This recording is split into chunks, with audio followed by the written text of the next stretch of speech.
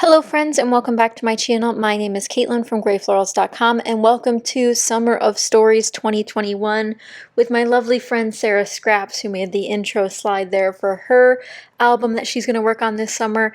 And as you guys know from previous Summer of Stories, I love documenting my stories. So throughout the summer, you'll be seeing more of those process videos come through about a bunch of different things that I've gotten to do that I just haven't put down into my scrapbooks or traveler's notebooks yet.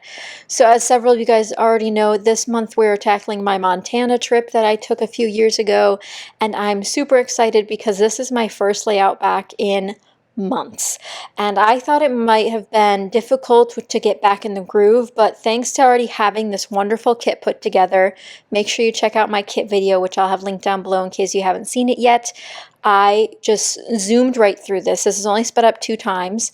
And if you guys have not watched my Traveler's Notebook videos before, I'll have that playlist linked down below in case you're interested in watching more, especially of my previous Montana ones. But be sure to also check out the blog, which I'll have linked down below, where I talk about the trip itself and what this moment meant, and sort of how I capture it through all of my embellishments. But I end up doing one pattern paper page and one plain page. So for the pattern paper, I picked out this piece, which is from Craftsmith, just one of their paper pads from a long time ago. And what I really like is that for a traveler's notebook page, this one in particular is 8 1/4 by 4 1/4. I think eventually I'll have it memorized again, but until then I do have a template that I always have readily available, so I always remember without having to measure the actual book itself. Now, with this paper pad from Craftsmith, there were also a ton of beautiful cut-aparts, and this one was absolutely perfect. And if you guys don't know, this photo is one of the first ones I took after getting out of the airport in Montana. So the fact that I have this little cut-apart here that says, "Take me to the mountains," is just beyond accurate. It was definitely the first thing I wanted to do, was try to find a hike near me in the town I was staying in for work, and that is exactly what I did. And if you guys have not checked out the first of the Montana vlogs, definitely check that out. I have it linked down below as well, because we go on a hike together and you won't want to miss the scenery and just the wildlife I may have encountered, but no spoilers here. But as I decide to go through with this sort of one pattern paper side, one plain side, clearly the photo takes up a lot on the right hand side, and I'm like, the photo could go up onto the top right corner, and then I'll have like this title in the bottom left, and it'll look so nice. But as I start sifting through my die cuts here and my embellishments from the One Canoe 2 Goldenrod collection, I start thinking about something else. I want to do something grand. I want to do something big for this monumental occasion that is setting foot in Montana for the first time. It had been my first solo trip that far away. It was my first time that far out west, my first time in Montana, obviously, as well. So I wanted to make this page pretty epic. I really love that the paper itself coordinated so well with its cut aparts, but then as I went through my One Canoe 2 die cuts, I found this one that says, it's like a little postcard die cut, and it says "Live in Beauty." And what I really tried to capture in this photo, it was not just myself and my happiness of being in Montana and the fact that I made it, was that as soon as you walked off or walked out of the airport, you smelled pine trees. It smelled like the pine tree candles at the store. It was absolutely breathtaking. You could tell that you were higher up in elevation. You could see mountains all around. It was just a surreal experience because I've never been into such a mountainous region before, especially out west. Like I said, that's the way furthest out west I've ever been, and it was just such a cool moment to be in, and I'm so happy that I got to experience it, and now that I get to look back and document it. So something I often do when I have my baseline down for layers or big elements is I start going through my stickers and other embellishments to start pulling some off. So you'll see me continually set some up to the top left corner of the screen there. So I have some labels, some little banner pieces, the die cuts off to the right. I even pulled out a stamp at one point. That was pushing it. For my first layout back, I didn't think I'd be stamping. Need to practice stamping again, but I did pull it out in an effort to maybe use it, but I was really excited with the direction this was going. So the reason I had to do paper on the left-hand side was because there was ghosting from my previous page, which I had stamped on. So I just paired it with this beautiful peach paper to cover that up. And like I said, 4 1/4 by 8 1/4 is the perfect size for my traveler's notebook currently.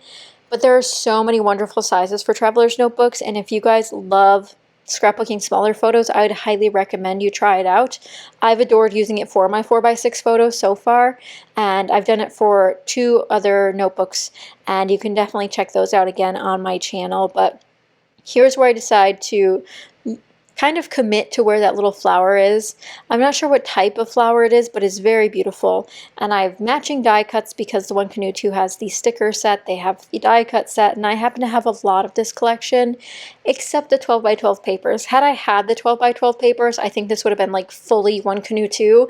But since I didn't, and since 6 by 6 papers will not fit this size of page, I just made it work with this other collection that really, again, matched so wonderfully. It's really hard to believe that they weren't paired together at some point. Really, the peach tones just vibe so well together across the die cuts and the various brands here, and it just worked out so beautifully. Like I said, I think having a kit that is made well can really help you elevate your pages and expedite your pages. And that's kind of what happened here, because this one only took me around 12 minutes to do, which is absolutely crazy. Sometimes layouts take me an hour, sometimes they take me very little time. So don't take that with a grain of salt. It's okay to take your time when scrapbooking to make sure you're having fun, enjoying the creative process, and capturing the memories the way you want to, because that's important as well. So here are some of those banner stickers I had pulled out from the mini One Canoe 2 multi-sticker pack. And I end up just layering all of these together because, again, I really like pattern and color on a layout, and with such a small canvas size as a traveler's notebook, these small tiny sticker sets, like the sticker books that American Crafts puts out, you know, there's tons of them, but these smaller sticker sets really help and aid with the layered look I like, without having to add wood veneer, without having to add flare, without a lot of bulk. Now I do add a tiny bit of bulk to this page, but nothing too crazy.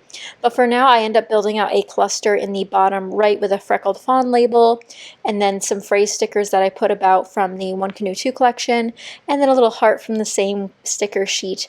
It's just super cute. I had to include it. And like I said, this one sort of has like a double title piece on it, and I don't mind that it's heavily weighted on both sides. And as I talked about in my Patreon behind the scenes video, if you guys don't follow me on Patreon, you can always check it out. It'll be linked down below. But as I was explaining to them, I want to plan on putting my journaling on the left-hand side in hopefully typewriter strips. I love the look of strip journaling, but never commit to doing it because I think it's too much work. So I'm going to try some ideas on how to make it easier on myself. Maybe even handwritten strips would be beautiful, but I really have to decide. And to add a little bit of bulk, I pull out the We Are Memory Keepers puffy stickers, which there were these 2 little doodle flowers that had like more yellow in them. And it's hard to tell, but the left-hand side also has a little bit of yellow flowers on it from that background paper, so I wanted to pull in that another glimpse of that yellow on the right-hand side. So with that, my last addition to this page ends up being some washi tape. As many of you guys know if you followed me for a while, I try to use washi tape on every single one of my layouts in one way or another. It really depends on what you're looking for, but I end up pulling out these Me and My Big Idea thin washi tapes in a nice peachy pink and then a nice goldenrod yellow, which is fitting for the collection we used on this particular page. But I hope you guys enjoyed this quick spread. Let me know what you think of Traveler's Notebooks. Let me know what you think of documenting your summer stories. Do you like using Traveler's Notebooks? Are you 12 by 12, a 6 by 8 lover, or are you just journaling this summer? Let us know in the comments down below. Definitely check out Sarah's video. I'll have her link down below so you can check out her awesome spread this week. But thank you guys so much for watching. Make sure you're subscribed so you don't miss out on future Summer of Stories.